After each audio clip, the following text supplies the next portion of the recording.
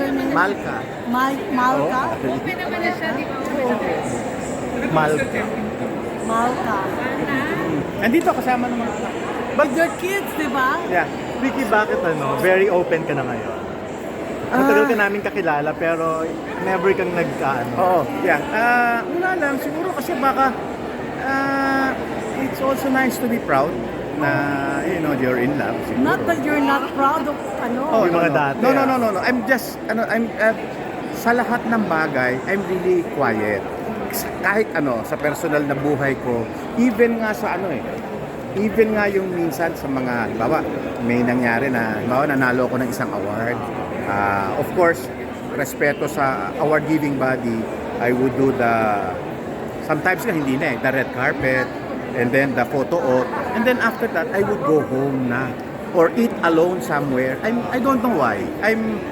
Ganun lang ako, na ganun, hindi ko alam kung kasimple o kaarte, or ganun ka-dramatic, I don't know, pero ganun ako. Ngayon, parang slowly, siguro dapat mag-out naman ako.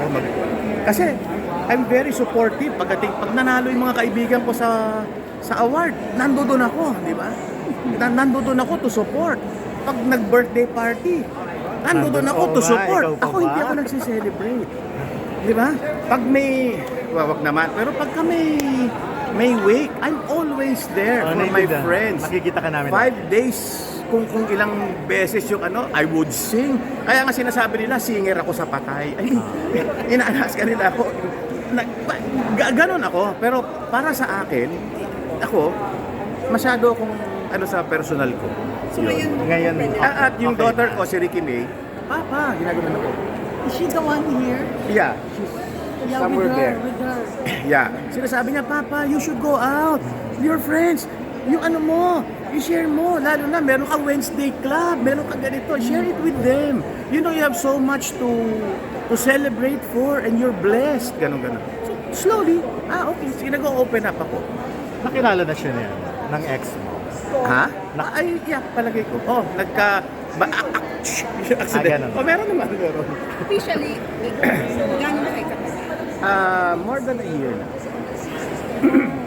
But she's open with your naman. Ha? With yung kabisi mo sa pagiging Oo naman, naiintindihan. sa career mo. Oo, sa schedules mo. naiintindihan. Kasi dati rin siyang she worked for a network then before. Ah, Nasaan ba siya? nandun siya, naka-black. Oo.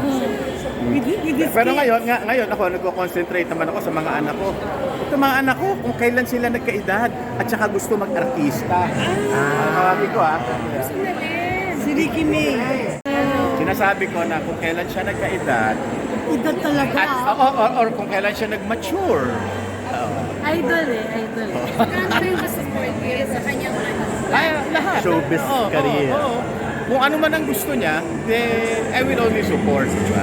Yun. Anong mga plano mo? Ano po, sana to get into show business na rin. She sings okay, ako na. Stage patter. She sings very well. She's funny. She can host in Tagalog, in English. Nakita ko siya nag-workshop na rin kay under Ana So, Fileo. taking the steps. Yun. Pero saan ka mag-focus more on acting? On acting po sana. What roles are you planning? Sana yung mga sa support, mga friends, best friends, ganun. Not naman kontrabida or... Pwede rin, kahit pwede. ano. Okay.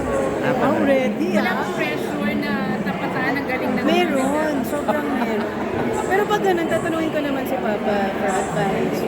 Kasi we have to start somewhere din naman. Pero Ricky May, bakit ngayon lang?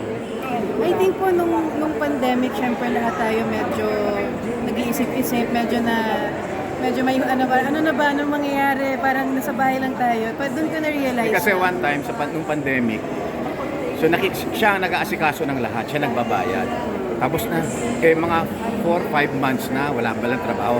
Tapos biglang tinanong ako, Papa, are we okay? Sabi, what do you mean okay? Kasi ang Kaya dami pa ba? natin binabayaran, kaya pa ba natin? So sinabi ko, yes, that is the importance of having savings. That is the importance of, pag-aayos ng mga bagay-bagay at Medyo nagulat ako. yun. Tapos yun, nakita niya yun and then gusto niya pa magkaroon ng other source of income. So siya she started teaching and then nag-HR sa isang company. Pero hindi rin mawala na na umarte. Doon sa company, ako na nagsasalita for you. Manager ko pala guys. Ito na kami. Kung commission pa. Pero ganun nga po. So na-realize ko nung pandemic parang and then you grew up kasi surrounded by mom, my dad, my lola. Artista. Lahat na yun, So meron talaga yung curiosity. So may manager ka na. Wala pa po. Ano ba si May Ara? nag-audition ito. Ito naman ang isa, so ibang-iba sila. Ito naman si Ara. Oo. Yan. Si Ara na una nang pumasok sa Yes, show. siya sa Star Mag. Ano naman parang sa kanya ako? Oo. Ito, yun. So gaano ka ka-strict naman, syempre, girl? Actually, I let them eh. Yeah, but he advises all the time naman. He's always there lang. Stage mother.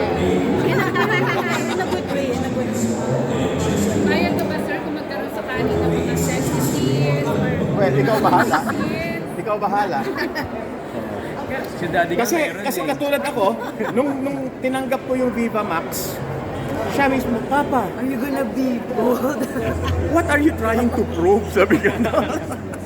Tapos nung ginawa ko yung F-Boys, F-boy. Papa, at your age. Hindi, pero proud kami. Nagugulat lang kami. And he won everything. At napanalunan naman niya lahat. So, Pinapanood niyo yung mga ganda ng project. Ano yun? Pinapanood mo. Pinapanood naman. tinatanong ko muna Awkward siya, lang. okay Kung ba? pwede. Should I cover my eyes? Mag-ready ba ako? Yung ganun. What is your favorite film na ginawa ng dati? Top of mind. Ako po personally yung Marikina na nagustuhan ko talaga yun. That's a Cinemalaya movie. What about you? Well, I think his favorite is ang lalaki sa buhay ni Celia. And Ah. relevant yun kasi when that was happening, I was being born. So, Oo, nung sinuting ko yon. yeah, so medyo relevant Oo, talaga sa kasi nung sinuting ko yon, nung nagpirmahan kami kay Tita Mids na kontrata, kasi kay Tita Mids, pag pumirma ka ng kontrata, yun na yun. Okay. Tapos biglang parang 3 weeks bago mag-start ang shoot, nalaman ko na due pala, nalalabas na siya. So nakiusap ako kay Tita Mids. Sabi ni Tita Mids, no, I talk to everybody. No, hindi pwede. Sabi niya, okay Tita Mids, kasi nakapirma na ako, ano laban ko? But 2 days later, she called. Nakakainis ka, Ricky. Tita Mids, I love you. Nakakainis ka, Ricky. O sige na, minove ko ng 2 weeks para sa'yo. Di ba, nakakaano? Yun. Ang problema, nagkamali yung doktor. Nandun na kami nagsushooting, pinanganak siya. Maling-mali, in between ng pinayagan ni Tita Mids. Hindi na ako nakapunta. Napanood ko na lang video, Betamax. Dinala sa the following day nang pinapanganak siya. Yes. Oo, ano pa yun? 97. Yun. Yung kaya so memorable yun. kaya sa kanya parang siya lang daw ang hindi ko kasi lahat sila nakita ko lumabas sa tiyan. Lahat sila na ako ang unang gumawak nung lumabas sa tiyan. Pero siya hindi. Youngest, second, tapos meron si Ken, yung lalaki. Direct, nakwento lang naman, doon ako natanong kanina, sorry, ni Jackie Lou, nung ginawa ninyo yung I Can See You, Oo. it was the first time nagsama kayo, pero kinonsult mo na yung mga kids daw, kung tinanggap mo ba, tinanggap mo ba? So para nagtanungan mo na yung Nagpapawisan na siya. Yeah, tinanong ko, I'm working with your mama. Gano'n, no? Wow, so excited naman sila, gusto nila yon. Tapos palagi nagtatanong, I'm sure tinatanong din nila yung mama nila, what happened? Did you talk? Did you do this? Did you do that? Tapos, what happened in the end? Kasi eksena ko doon, namatay ako doon eh. Ang eksena, they were excited na mamamatay ako. Tapos sa script nakalagay, yayakapin ako nung asawa ko, ni Jackie. Ganyan, yayakapin ako. So excited sila. Nung pagkamatay ko, ang pag-shooting, nalaglag ako sa isang tusok. So may tatlong nakatusok dito na ganyan. Hindi ako mahayakap ngayon. Sayang. Pero sila daw pinakamasaya. But before daw, no, medyo hindi comfortable pa si Jackie. Mahirap Nung daw. mga first day ninyo. Well, honestly, from both parties. Siyempre, di ba? Tapos, aside from that, may mga urot. May mga people around. Oy! Siyempre, lalo nakaka-conscious, di ba? Yung gano'n. You're good with his girlfriend. I saw you Oo nga, together. supportive ba kayo sa love life ng Si dad? Sabi. Eh, si Papa nga, sinusupport lahat ng parang gusto rin namin. So, ano lang, balikan lang. And Mutual. buhay naman yun ni Papa. Oh, very nice. Kung sakali gusto niya magpakasal. Kung gusto niya, If he wants. ako yung ring bearer. Joke lang. Photo naman. Sige,